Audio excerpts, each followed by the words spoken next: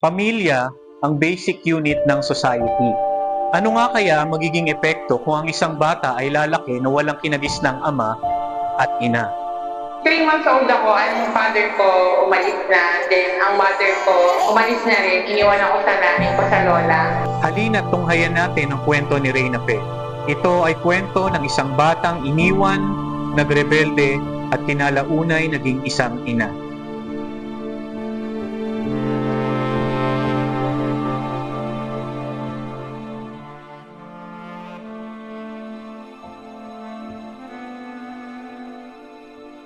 Tatlong buwan pa lang si Reyna Fe ay naghiwalay at iniwan na siya ng kanyang mga magulang.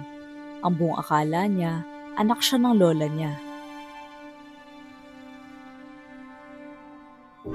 Yun nga, hanggang sa naano ko na rin, naghanap na rin ako ng longing ng sabi ko, ba't ako walang tatay? Doon na rin ako nagtatanong na, siguro nung 8 years old na ako, doon na ako nagtatanong na nasa ng tatay ko, ba't ang mama ko hindi ako inalagaan?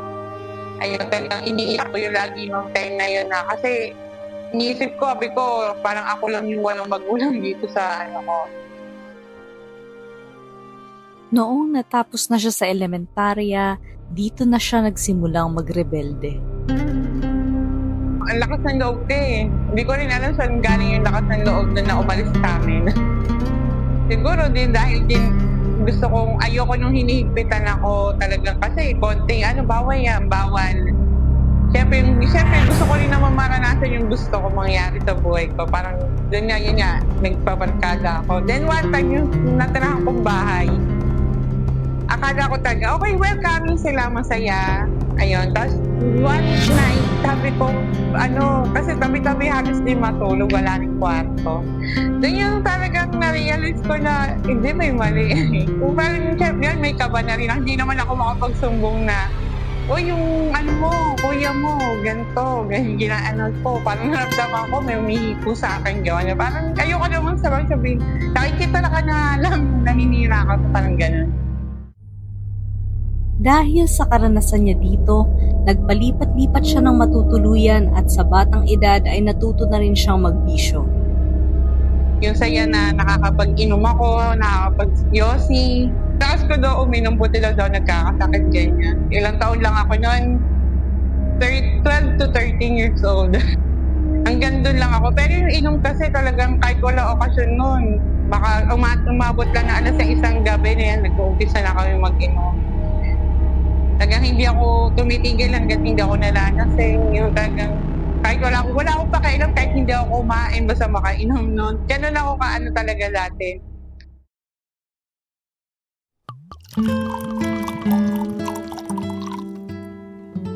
Si Ivan, ang ama ng kanyang mga anak. Hindi pa sila kasal noon, pero ginabayan sila ng Panginoon.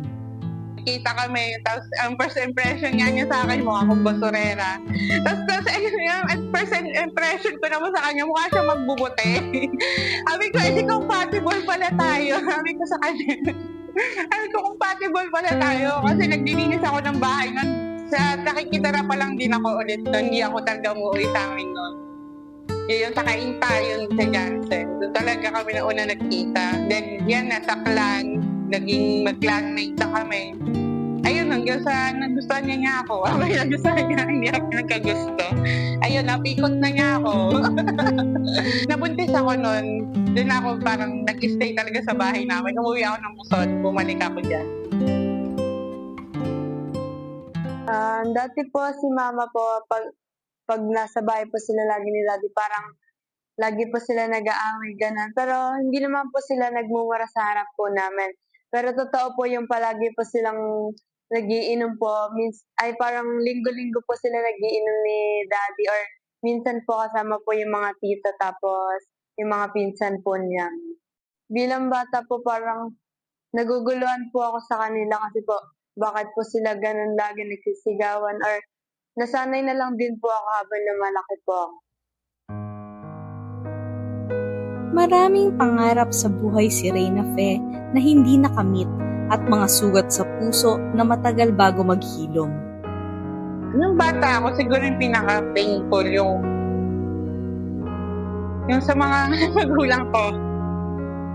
Ano ba yan? Pero ngayon, kapag kasi naisip ko yun, sabi ko kung hindi siguro sila naghiwalay, kung sila siguro yung nagpalaki sa akin, siguro nakatapos akong pag-aaral. Hindi ko naman sinabi na hindi ako pinag-aaral ng nanay at tatay. Pinag-aaral nila ako pero kasi may hinahanap ako sa puso ko na longing talaga na nakikita ko kasi sila may mga parents. Ay kung anong pakiramdam ng kumpleto nung may magulang na gagabay talaga sa'yo. Ayun siguro yung pinaka-painful nun. Tapos,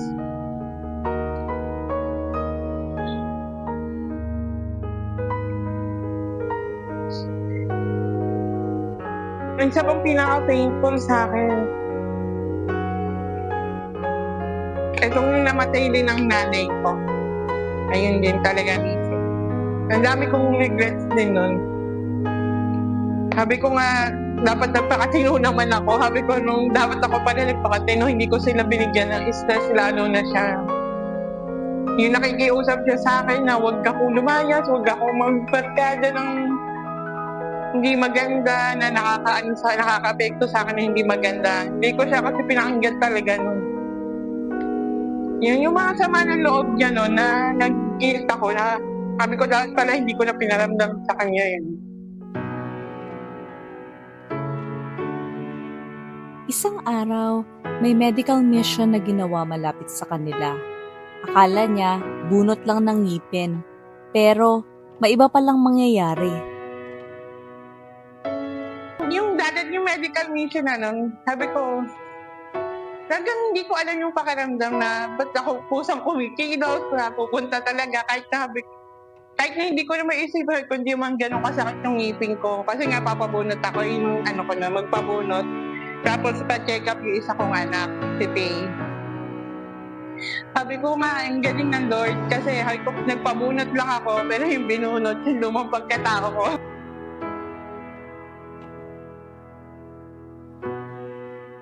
Unti-unting inayos ng Diyos ang mga sirang ugnayan.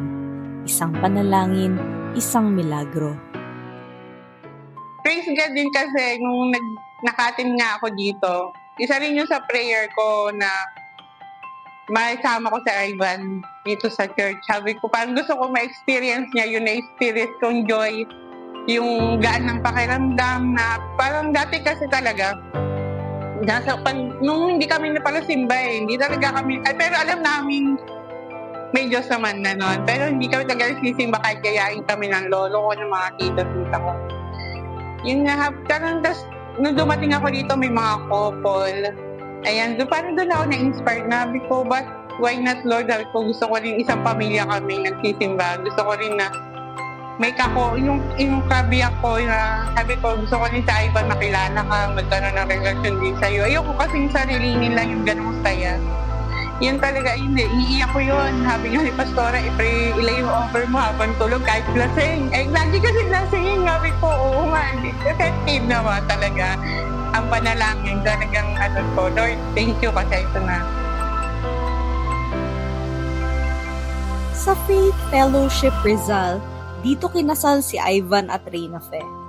Nagtulong-tulong ang bawat isa sa pagdidiwang na ito. Sabi ko, napakapalad namin, Lord, kasi hindi mo hinayaan na magsama kami, Ivan, na hindi mo kami binibless. Yun talagang, ay ko, hindi pa pala huli ang lahat.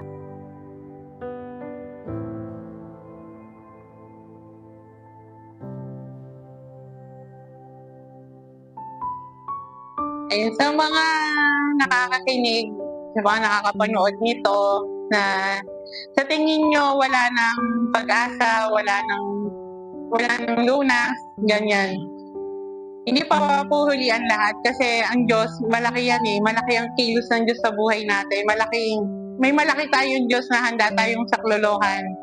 Basta lumapit lang tayo sa Kanya. Yung willing yung puso natin na tayo mismo kahit hindi natin naasahan yung nasa ibang lugar ka, nasa ibang sitwasyon ka, pero bigla kang dadalhin ng Lord sa kung saan ka mas magiging komportable sa Kanya. Sa mga teens, lalo niya sa mga teens, talagang napagdaan ako bilang teens din. I-enjoy nyo muna yung pagiging teen nyo kasi talagang ang plano ng Lord sa buhay natin, hindi natin minsan alam eh. Sa tanong, lang natin, ipag-pray natin kay Lord, talagang bigyan niya tayo ng wisdom. Tapos yung guidance din ng Lord na kung saan niya tayo dadalahin.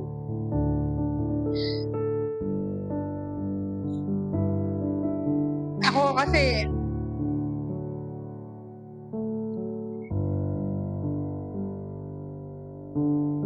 ako hindi ko talaga kasi pinag-pray. Nagsarili ako ng desisyon, hindi ko hiningi kay Lord yung desisyon niya. May pagsisisi man, pero alam ko ang Lord ang gumabay sa akin. Sa lahat na nangyari, ang Lord ang pumatekta sa akin. Na kaya ako dito ngayon dahil sa protection niya, sa mga turo niya. May mga lesson din kasi sa lahat ng nangyayari talaga sa buhay natin.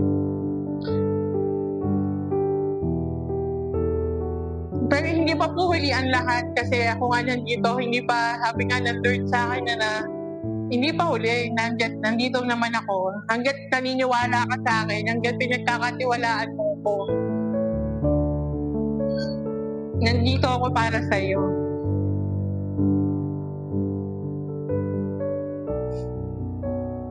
Kaibigan, marahil iniisip mo na ang buhay mo ay wala ng pag-asa. Pero iyong tandaan, katulad ng ginawa ng Panginoon sa buhay ni Reyna Pe, ito rin ay maaari niyang gawin sa iyong buhay. At lahat ng ito ay nagsisimula sa iyong pagsuko sa kanyang kapangyarihan. Kaya sa sandaling ito, inaanyayahan kita na sabayan ako sa panalangin na ito. Halika, manalangin tayo. Panginoong Diyos, isinusuko ko po sa inyo ang aking sarili, ang aking buhay. Inaamin ko na ako ay makasalanan at sa aking kasalanan ako ay mamamatay. At dahil dyan, kailangan ko ng isang tagapagligtas sa aking buhay. Kaya Panginoong Jesus, tumatawag ako sa sandaling ito sa inyong pangalan. Tinatanggap kita sa aking buhay bilang aking Panginoon na susundin, bilang aking tagapagligtas na magliligtas sa akin. Binubuksan ko ang aking puso sa iyo at ipinapahayag na simula ngayon, ikaw na ang aking kikilalaning Diyos ng aking buhay. Sa iyo ang aking puso, ang aking buhay. Maghari ka ngayon at magpakailanman. At ito ang aking dalangin sa pangalan mo, Jesus. Amen.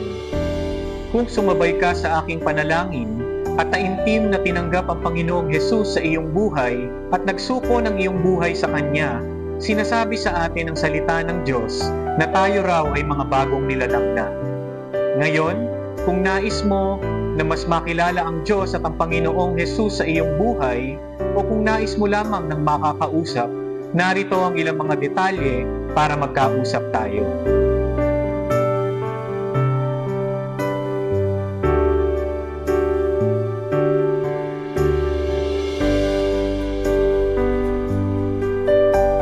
I am a witness